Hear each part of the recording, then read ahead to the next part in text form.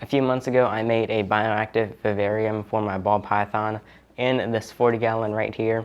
I want to talk about some of the good and bad things I've noticed about it so far and how it differs from a more normal enclosure and whether you should consider doing them or not. So if you don't know, the goal of a bioactive enclosure is to almost make it more like a little micro ecosystem that's a bit more self-sustaining compared to something in a enclosure like this or some sort of rack or tub system. So let's kind of think of a normal enclosure, even if it is in a thing like this.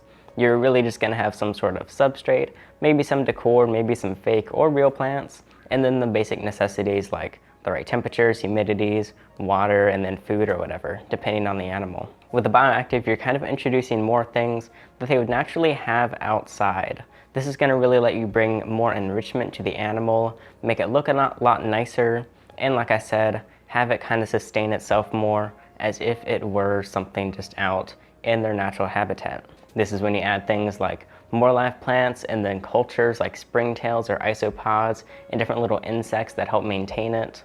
And then you even introduce things that aren't necessarily 100% sterile, I guess you could say. If you look at maybe some sort of rack system, which these are perfectly fine as long as they're done correctly, as long as there's enough space and everything.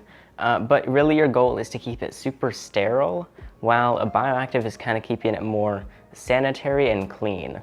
A sterile tub, it's going to have to be maybe scrubbed or sanitized very carefully with different chemicals and cleaning solutions, or even just water if you need to remove different things to make sure there's no bacteria and no reptile poop and all the shed is taken out and different things like that.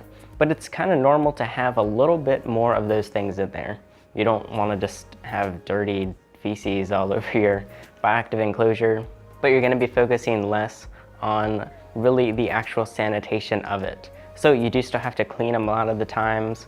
I have to clean mine a bit more often just because I don't have isopods yet because they were out of stock, but I found them now so I can order them. But I don't focus on like taking out the hide and making sure it's all clean and scrubbing it and making sure there's no mold anywhere, because the cultures like my springtails actually eat the mold and help take care of that. Dead leaves on the plants, because I do have all live plants in here.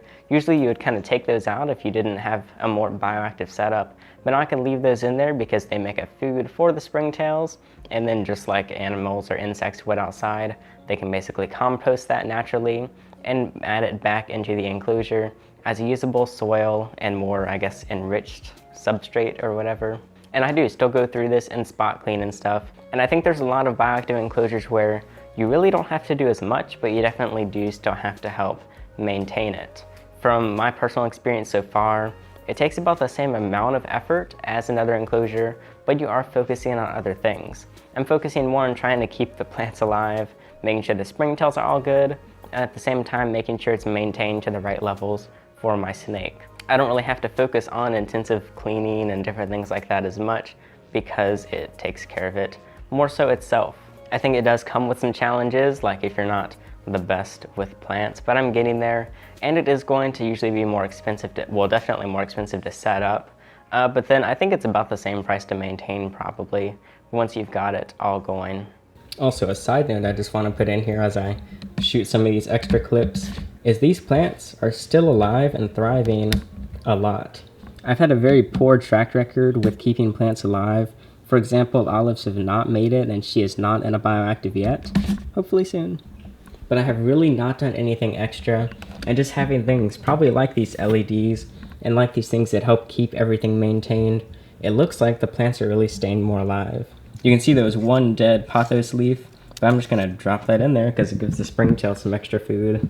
But it looks like with Bioactive, I'm not so terrible at caring for plants after all. A good point I saw someone else bring up is if you set this entire thing up, make sure you consider quarantining your animal before you put it in if you just got that reptile. Like if you, I don't know, got some sort of animal and you already had this set up and you just got it that day, maybe consider waiting, because if that animal picked up something like mites or fleas at wherever it was, a pet store, an expo, the breeder it was from, this is a lot harder to deep clean.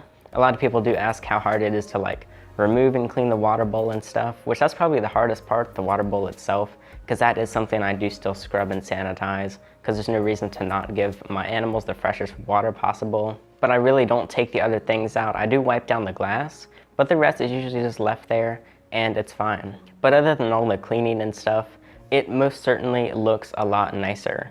From my perspective, it's more interesting to look at. I can just spend time kind of watching the ball python hang out in there. At night, he comes out a lot.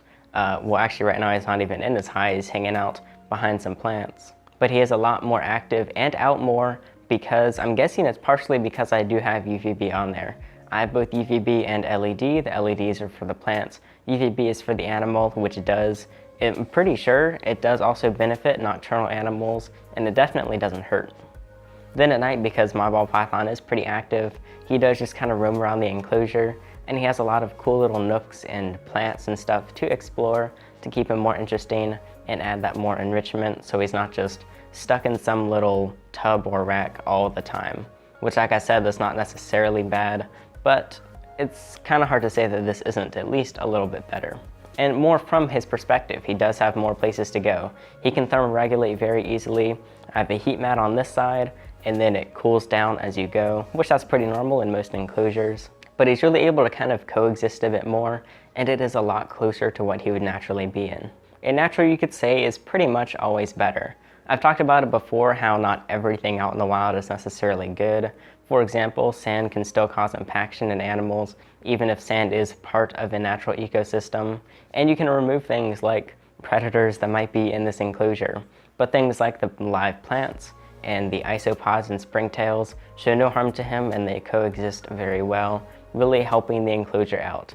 He kind of produces some stuff that helps feed the animals, like maybe some poop here and there, and then they produce a substrate that helps them back. So like I said at the beginning, it's really the coolest part, just knowing you have this little micro ecosystem hanging out in your room or whatever, where you really just kind of have to play part of what nature would do, like misting it down and watering it. So if you think that a bioactive enclosure is more of a lazy approach, it's definitely not. It's most certainly not the cheapest approach. But knowing that I'm able to give my animal things that it doesn't necessarily need, but really benefits from, definitely feels nice. Like, snakes don't require UVB.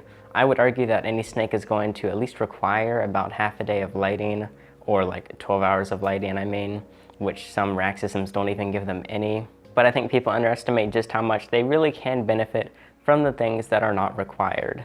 You could live perfectly fine in a little 10 by 10 foot room that's completely white and sterile. You get like whatever food you need, you have a place to sleep, you're at the right temperature. The bioactive enclosure also keeps me more interested in the thing itself. Like if I want to look over to my corn snake's enclosure, hopefully he'll get an upgrade soon. But I don't really care about the enclosure that much. I keep it clean, but there's really not that much room to kind of play around with different things. With him, I can add different types of insects. I can add different types of plants, maybe add or remove things that I do or don't like. It's a lot more experimental, and it really makes it so you're focusing less on just the reptile and more so really caring about the environment, not just because it's benefiting your animal, but because it's really cool to care for the plants and different things like that. So like looking at it right now, you can even actually see that there's basically 2 layers of substrate almost. The lower layer is much more damp, which is where the isopods are hanging out, while the top is more dry, so it really keeps that humidity up in the enclosure. But at the same time, my ball python's not going to get scale rot or anything from that damp substrate since it is drier on the top. Because there is so much space in different areas in here, the plants can all benefit from their nice little areas. Some are closer to the LEDs, which are great. And then at the same time, I can even maintain how much water each plant gets because I've separated them. It's not something you have to do, but it's really cool. And I do purposely put things in here that usually you would take out. For example, I have dead leaves all over this. In fact, I bought the dead leaves. I think the thing I have to do the most is remove his urates because nothing takes care of the urates, it looks like. Those are just the big white blotches of dried reptile urine. So if you've never done it, I highly suggest that you try it. It's not the cheapest, like I think I mentioned. Really setting it up, it will be the priciest part. But once it is set up, it shouldn't be very different. So I do have some kits that I've talked about. They should be linked in the description. I have a bioactive ball python kit with everything that I put in this, not including the ball python. And I encourage that you look into them more because it seems like this is a really cool direction the reptile community can turn to, where we focus less on just the animal, but more on what they are living in, because, like I said, it benefits them so much and because it's really fun to have this little ecosystem. So those were some of my thoughts so far on bioactivity for reptiles. I still have a little poll. Let me know which animal you think should get a bioactive setup next. Hopefully I can do a lot of them, but I don't know which one to focus on. I'm kind of thinking olive, my blue-tongued skink, but maybe the corn snake or maybe the little box turtle.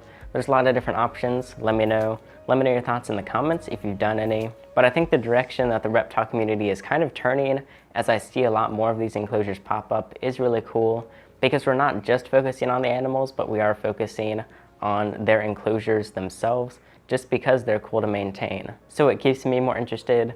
I think it's pulling more people in. It kind of helps connect people that are interested in more plants and terrariums, along with those that are interested in animals that might go in them. But it'll be interesting to see where it goes from here and what more of you think about it. So let me know, but that'll be it for this video. I'm Alex, and thanks for watching.